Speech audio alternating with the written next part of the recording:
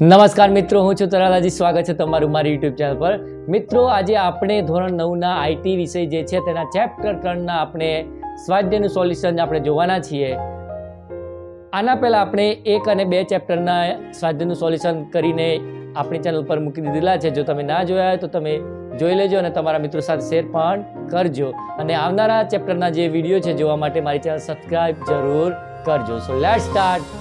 તો વિદ્યાર્થી મિત્રો, આજે આપણે જોવાના છે ડોમેસ્ટિક ડેટા એન્ટ્રી ઓપરેટર ધોરણ 9નું યુનિટ નંબર 3 ડિજિટલ દસ્તાવેજીકરણ નો પાર્ટ એ. તો અહીંયા પ્રથમ પ્રશ્ન છે, તમારી પ્રગતિ ચકાસો, જેની અંદર વિકલ્પો આપેલા છે. વિકલ્પ નંબર 1, નીચેનામાંથી કયું ઓફિસ સ્યુટનું ઘટક નથી? તો જવાબ આવે છે સી, ઇન્ટરનેટ એક્સપ્લોરર. બાકીના 3 ઓફિસ સ્યુટના ભાગ છે. પ્રશ્ન નંબર 2, 1970ના દાયકામાં અંતમાં સૌથી વધુ ઉપયોગમાં લેવાતું વર્ડ પ્રોસેસિંગ સોફ્ટવેર કયું હતું? તો જવાબ આવે છે અહીંયા વર્ડ સ્ટાર. નીચેનામાંથી કઈ ભૂલો ધ્યાનમાં લીધેલ છે કે જેને આપણે બદલી શકીએ છીએ? Word processor software. નીચેનામાંથી કયા મેનુ હેડર અને ફૂટર ઉપલબ્ધ છે? તો જવાબ આવે છે બી, ઇન્સર્ટ મેનુ. પ્રશ્ન નંબર 5, રૂલરને છુપાવવા કે જોવા માટે આપણે નીચેનામાંથી કયા મેનુ પર જવું જોઈએ? તો વ્યૂ મેનુ. પ્રશ્ન નંબર 6, વ્યાકરણ તપાસવા માટે આપણે નીચેનામાં કયા મેનુ પર જવું જોઈએ? એ, ટૂલ્સ મેનુ. પ્રશ્ન નંબર 7, બોમ્બે શબ્દને મુંબઈ સાથે બદલવા માટે આપણે નીચેનામાં કયા મેનુ પર જવું જોઈએ? Edit menu. પ્રશ્ન નંબર 8, ખુલેલા દસ્તાવેજને બંધ કરવા માટે આપણે નીચેનામાંથી કયા મેનુ પર જવું જોઈએ? જવાબ એ, ફાઇલ મેનુ. વિકલ્પ નંબર 9, નીચેનામાંથી કયું રાઇટર ફાઇલનું ડિફોલ્ટ એક્સટેન્શન છે? Very very IMP. તો સી, ઓડીટી. 10, નીચેનામાંથી કઈ ટેકનિક રાઇટરમાં વાક્ય પસંદ કરે છે?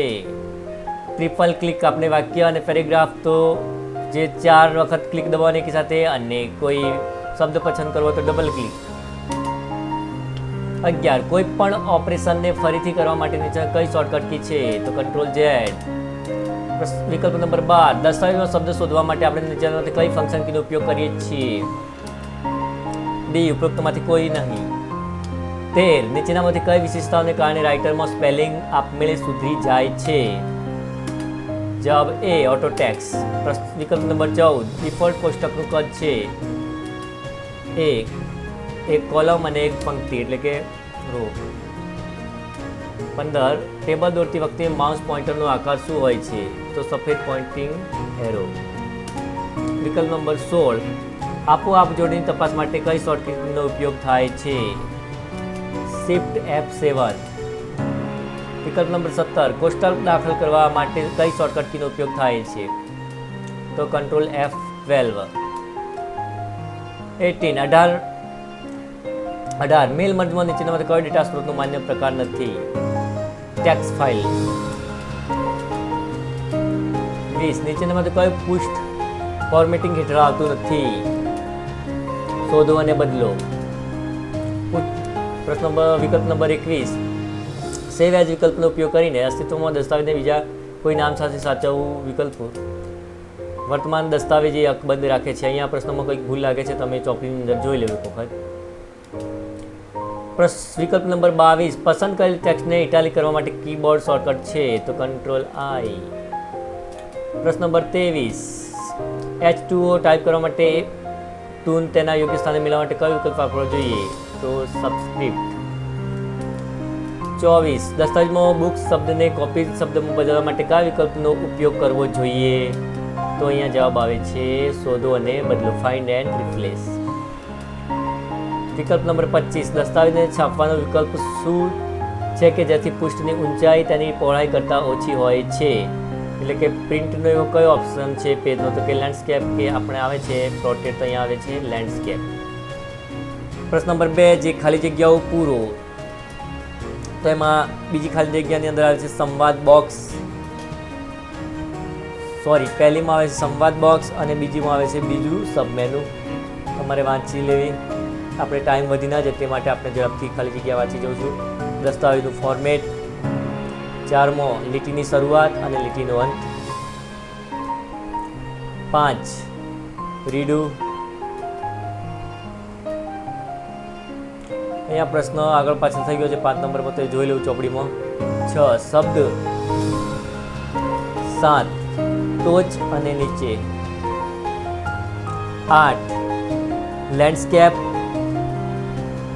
9માં જવાબ છે પ્રિન્ટ પૂર્વાવલોકન એટલે કે પ્રિન્ટ પ્રિવ્યુ, 10માં જવાબ છે ફાઇલ ડેટા સ્ત્રોત. હવે પ્રશ્ન નંબર 3 એટલે કે સી, નીચેના વિધાન સાચા છે કે ખોટા તે જણાવો.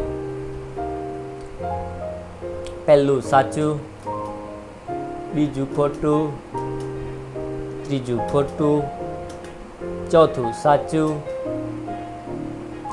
પાંચમું સાચું, છઠ્ઠું સાચું, સાતમું ખોટું, આઠમું સાચું, નવમું ખોટું, 10મું સાચું, 11મું સાચું, 12મું સાચું, 13મું સાચું, 14મું સાચું, 15મું ખોટું, 16મું ખોટું, 17મું સાચું, 18મું સાચું, 19 સાચું, 20 સાચું. તો વિદ્યાર્થી મિત્રો, આ હતો ચેપ્ટર નંબર 3 ડિજિટલ દસ્તાવેજીકરણનો ભાગ 1. હવે આપણે નેક્સ્ટ વિડીયોની અંદર જોઈશું ભાગ 2, જેના માટે જો તમે ચેનલ સબસ્ક્રાઇબ ના કરી હોય તો ચેનલ સબસ્ક્રાઇબ કરી લો, લાઈક કરી દો, શેર કરી દો, અને તમારા જે આઈટી વાળા મિત્રો હોય તેમને શેર પણ કરી દો, અને બેલ આઇકોન પર પ્રેસ કરો જેથી આવનારા વિડીયો તમને ઝડપથી મળતા રહે. કેમ કે આ ચેનલ પર હું તમારા આઈટીના તમામ ચેપ્ટરનો સ્વાધ્યાય સોલ્યુશન કર્યા બાદ હું તમને લેક્ચર રેકોર્ડ કરીને મૂકવાનો છું સરળ સમજૂતી સાથે. તો મળીએ નેક્સ્ટ લેક્ચરની અંદર. ત્યાં સુધી ગુડ બાય.